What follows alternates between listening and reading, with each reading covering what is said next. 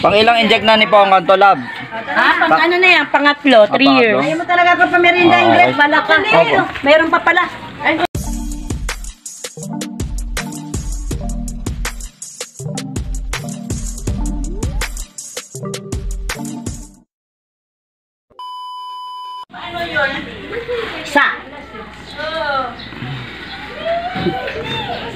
Saan ba injection na? Sa batok? Ayan. Grabing balot ng kumot ah. Kalmutin ako nito. Makakita ito ng kahaway. Saan ba? Sa batok lang ba? Oh, may pusa rin pala si Ninang. Teka lang, teka sa batok.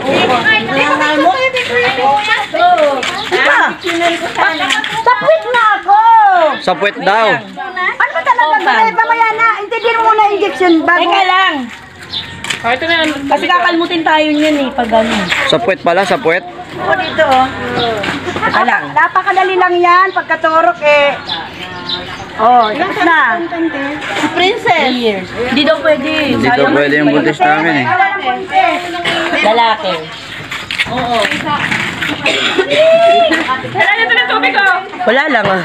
Ayaw mo paturok yung akin ah. Ay, balutin mo, Ninang. Balutin mo ganito kasi makakalmutin ka nun. Ang pano oh. Grace. Ang pano! Grace ano? Kabanata. Naistorbo yung tulog ni Pano. Puno na ba yung ano? Hindi pa. Oho. Balutin mo, Ninang ah. Sa puwet lang, Ninang. Ano pangalan mo din? Pati, ano ba? May lahi din yan? Ninang. Nakuwit po, nakatihaya. May lahi din? Hindi, wala. Ah, lahing ano pala, pikutin. Ninang ah, ang delikado dyan yung kuko. Hawakan ko yung paa.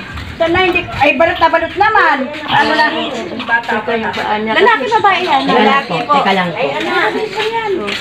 Baka kasi kalmutin si Ninang. Ano yan ma?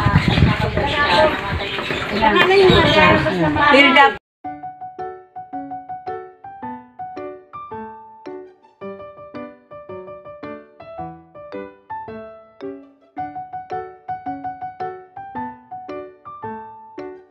At ayon nga ako sa misis ko, matapos bakunahan si Pongkan, ayon sa nagbakuna ay 7 araw daw pong hindi pwede itong paliguan.